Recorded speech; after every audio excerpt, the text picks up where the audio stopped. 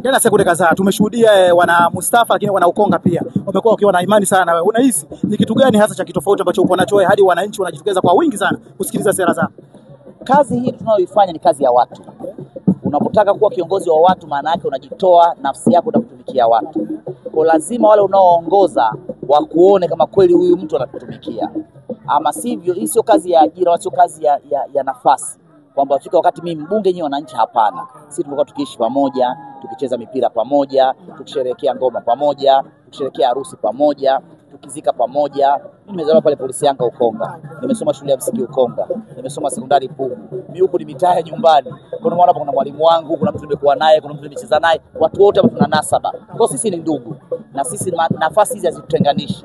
Tunaendelea kwenda kufanya kazi za watu, tukirudi tunakuwa ni wamoja. Tunacheza ngoma pamoja na maisha yanaendelea pamoja. Kwa naamini ukifanya hivyo mtaendelea kuishi kwa pamoja, mtaendelea kuwakilisha pale wanapotaka kuwakilishe. Nadhani ndio msingi mkubwa wa kazi ambazo tunafanya kuweza kujitoa kwa kutumikia watu. Tunakaribia sasa kwenda katika uchaguzi mkuu. Nini rai yako kwa wananchi kwa wana Ukonga wote kwa ujumla? Rai yangu ni ile ile. Kwanza, uchaguzi sio jambo la kisiasa. Na ndio maana tume huru ya uchaguzi imezindua kampeni tarehe 28 mwezi wa 8, tarehe 28 ya mwezi wa 10 kampeni zinafungwa.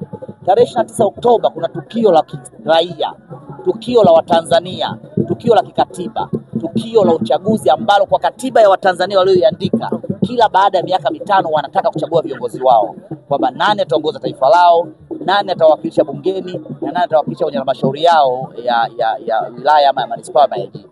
Kwa tarehe 29 Oktoba tuna uchaguzi wa Watanzania. Kwa swala kutiki swala la Watanzania, sisi tulikuwa tunasema Oktoba tunatiki kwa kuwasaidia Watanzania na kuwa kama Watanzania wengine. Kwamba nchi hii ni ya Watanzania. Akitokea mtu yote kaza kuambia habari ya kutotiki Oktoba, maana yake anageuza nchi hii yeye ndo ana maamuzi.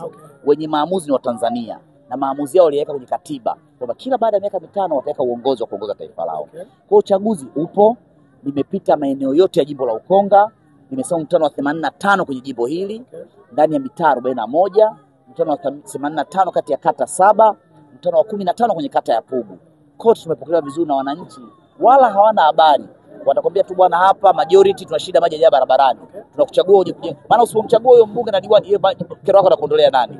Hapa kwa Mustafa tunataka shule ya msingi. Tunakuchagua tuende shule ya msingi. Tumeona vota shule ya msingi pale kwa Pinda Kigogo Fresh. Kwa wana imani, nasema Mama Samia tunamchagua. Tumeona kujenga mwendo kasi. Na tunajua maombi yatakuja kuongezeka tafika na kwetu. Mama Samia tunamchagua. Tumeona DMDP awamu ya pili imeanza Banana Kitunda Kivule Msongola. Na sisi tunamsubiri aje kutujengea barabara zetu. Tunahitaji rais aje kutuongoza. Na rais tunamuona anafanya Mama Samia ndio ambaye pekee hana leseni ya Lena, ana leseni ya class C nyeupe safi. Ameendesha kwa miaka 4 na miezi 5, tumeona safari inaenda vizuri. Hapigi tuta, hapigi shimo. Yuko safi.